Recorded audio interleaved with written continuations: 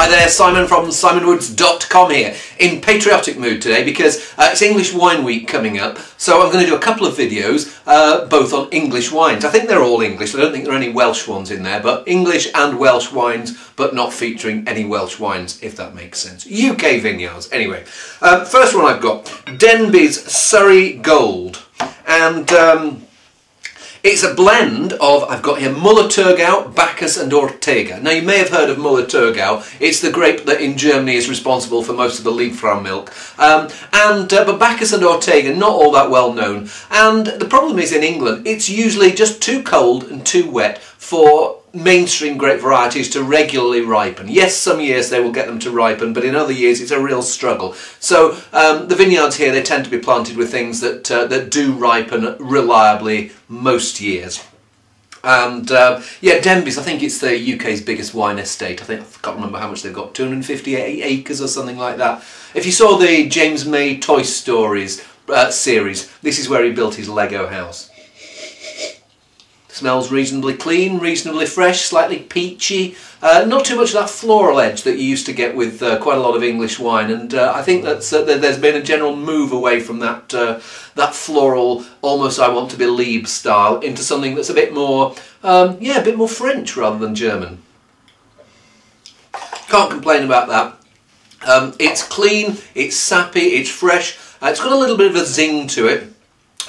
If you like Pinot Grigio, if you imagine Pinot Grigio, it's almost like just a little dollop of Sauvignon in there.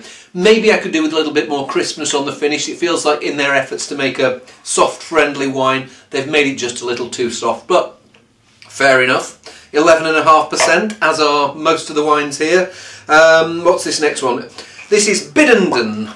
Biddenden's the vineyard. Gribble Bridge is the name of the wine. Ortega is the grape.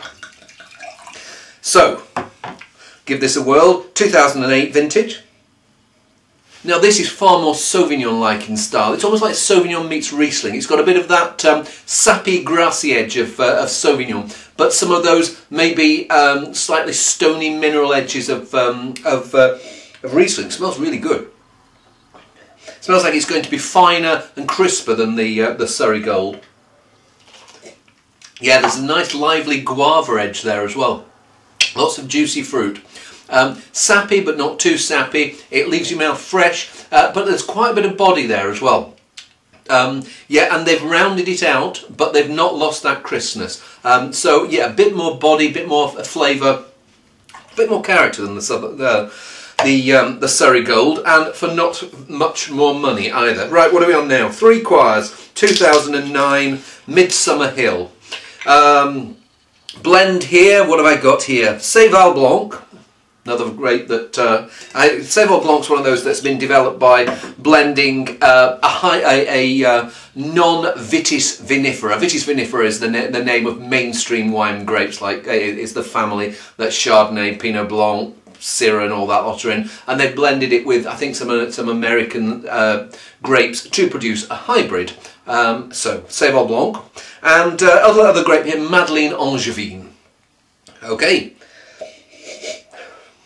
This doesn't smell like it's got quite as much character. This smells like it's, there's an ever so slightly nutty edge here. But it smells like, it's almost like Pinot Grigio in that it smells that it's got a bit of freshness, a bit of stony weight, a bit of what I call fruit, F-R-O-O-T, fruit. You're not quite sure what sort of fruit it is. It's vaguely fruity. And it's very like Pinot Grigio. There's that slightly leesy, nutty edge, and this fruit. Not too much else beside that, but fair enough wine. Plonk that on a table, give it to your Pinot Grigio drinking friends, and they're not going to complain at all. Again, what's good about these is sometimes English wine in the past has been a bit too tart, a bit too acidic, and they've tried to mask that with sugar. Doesn't feel like they've done that in these three. Another one from Three Quires now. They're Cigareba, another grape variety. 2009 Celador release Cigareba. About 10 quid it says here, available from the vineyard. So the most expensive of these five by a penny, not by much. Now this, we are going back to some of those slightly floral edges that you'd see in the past, but there's also this nice really pithy grapefruit edge coming through as well. Almost reminds me a bit of Grüne Veltliner. and there's a bit of ginger there. So yeah, like almost like Grüne Veltliner meets Gewürztraminer. There's this spice, but also this grapefruit edge too. I like that. Now, is this a low alcohol one? No, this is a high alcohol one. There's one of these weighs in at 10.5%. Oh, that was the one before. So this is 12.5%. And yes, Grüne Veltliner I think is a really good comparison here, because it's got that sort of slightly stony mineral grapefruit edge, but then this more fleshy spicy edge comes through. Yeah, muscatty Gewürztraminer, slight ginger lychee edge. I'm enjoying these more than I expected. Sorry, English winemakers, I shouldn't be saying that. I should be trying these regularly and beating the English drum and saying how wonderful our domestic wines are, but I'm ashamed to say that I probably don't drink enough of them. Final one. We are back with the Denbys Estate, Ashcombe Hill, 2009. And what have I got for the blend here? No, I haven't got the details here. Now this is back to in that more Sauvignon style that you saw maybe with the Biddenden Ortega. Yeah, it's got that slightly earthy, musky grapefruit edge. Smells okay.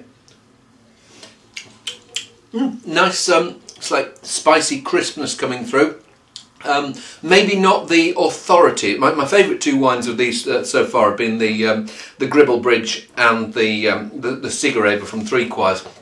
This maybe lacks that little bit of finesse on the finish. Again, the finish is quite soft. It seems like they've done quite a bit of work to I don't know whether they're de-acidifying here, but they've certainly not tried to round out acidity with sugar. These are on the dry side. Maybe there's a little bit of residual sugar in some of them, but no, but it's got that nice smoky edge to it, the smoky, almost Loire Sauvignon style, but maybe not the authority that I found in the Ortega.